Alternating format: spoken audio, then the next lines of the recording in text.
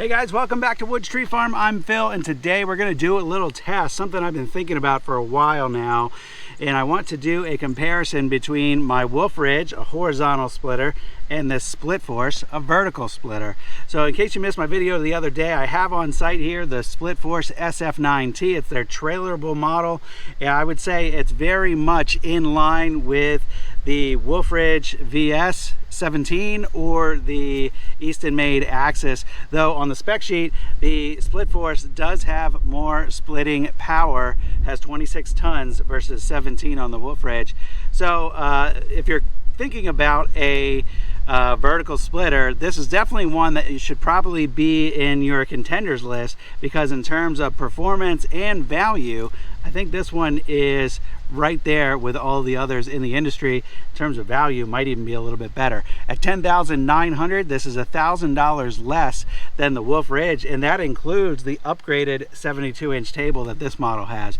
So definitely something to keep in mind. But for today's test, I want to think about the performance and the output of each machine and the usability of each machine. I know standing at the vertical splitter is a little bit more ergonomic. You can be more upright and you can use both of your hands because the splitter is actuated by the foot pedal, versus the horizontal splitter, everything, you have to constantly move the wood around and hit the splitting lever with your hands. So it's just a little bit different from a user's perspective.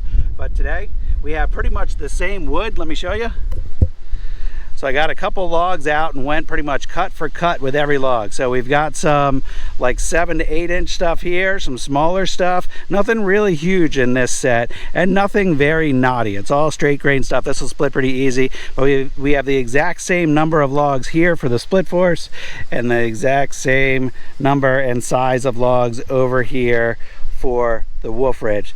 So to get started, I think we'll use the Wolf Ridge first, and I do have the 4-way wedge on it because I think for the size wood that we're running today, it is just a little better suited, especially for that smaller stuff. So let's see how the two splitters do.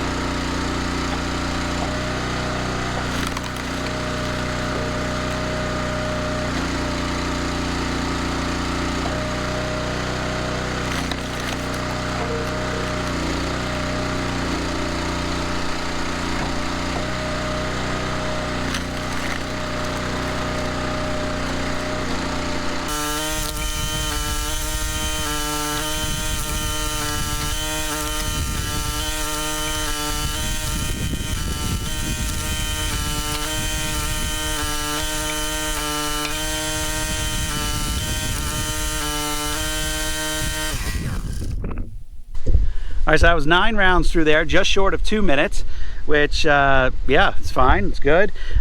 Some easy splits with that 4-way wedge, couple resplits on the slightly larger rounds. I split this stuff small the way that I sell it, the way that I always make it. Could have split it faster if I was going for bigger chunks, but really not going for speed here. We're going for comparison. We're looking to make the same quality wood with the two machines. And if you didn't see my video the other day where I kind of gave you an overview of this Split Force, you can go back and check that out. I also split some really gnarly, nasty, knotty stuff with this machine, which is something that people always ask about when you watch other like splitter reviews. It's like, oh, it does great on the straight stuff. What's it going to do with insert your species of wood here? You're not, you know, oh, eucalyptus, or oh, locust, or oh, knotty, whatever.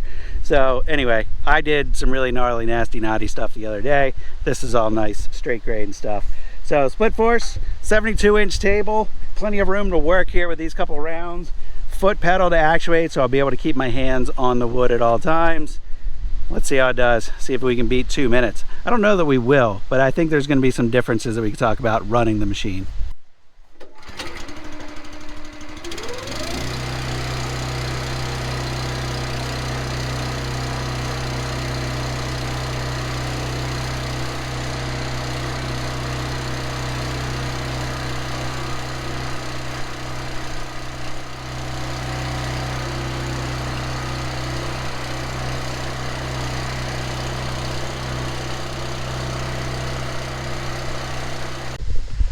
Well, guess what? We get to do the test again because the battery died. It was 1:53, virtually the same as the horizontal. But I know because you didn't get to see the footage, somebody's going to try to dispute what actually happened and whatever, but that's the internet. So I brought over a few more logs. We'll buck these up. We'll do another quick little test here, compare the two splitters, see how they do.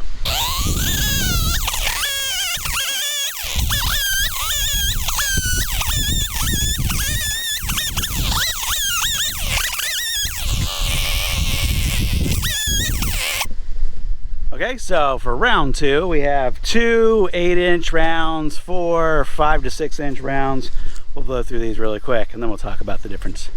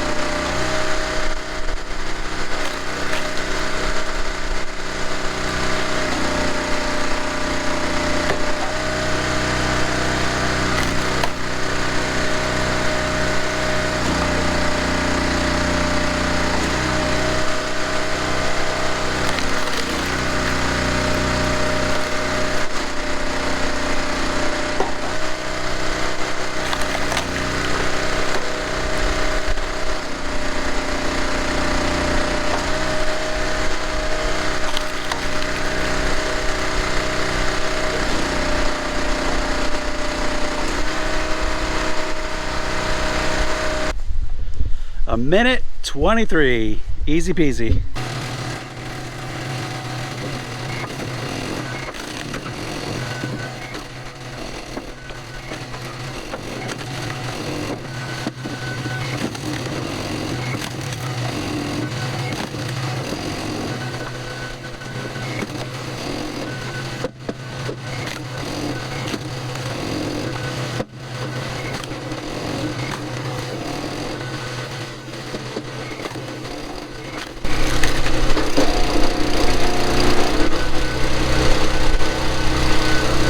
Minute 27.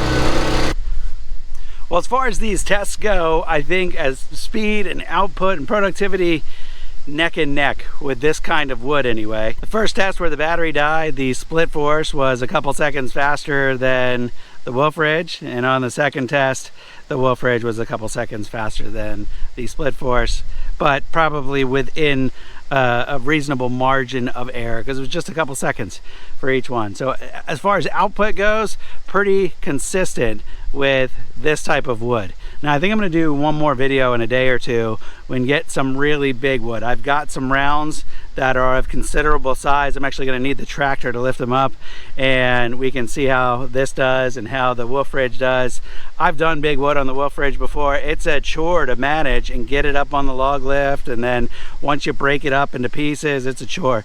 But with this kind of wood, which is what this test is about, kind of normal everyday size wood, it's neck and neck with productivity. There was one thing I didn't think about before I started this, but it was noticeable as I was running the Wolf Ridge and splits were going through the splitter.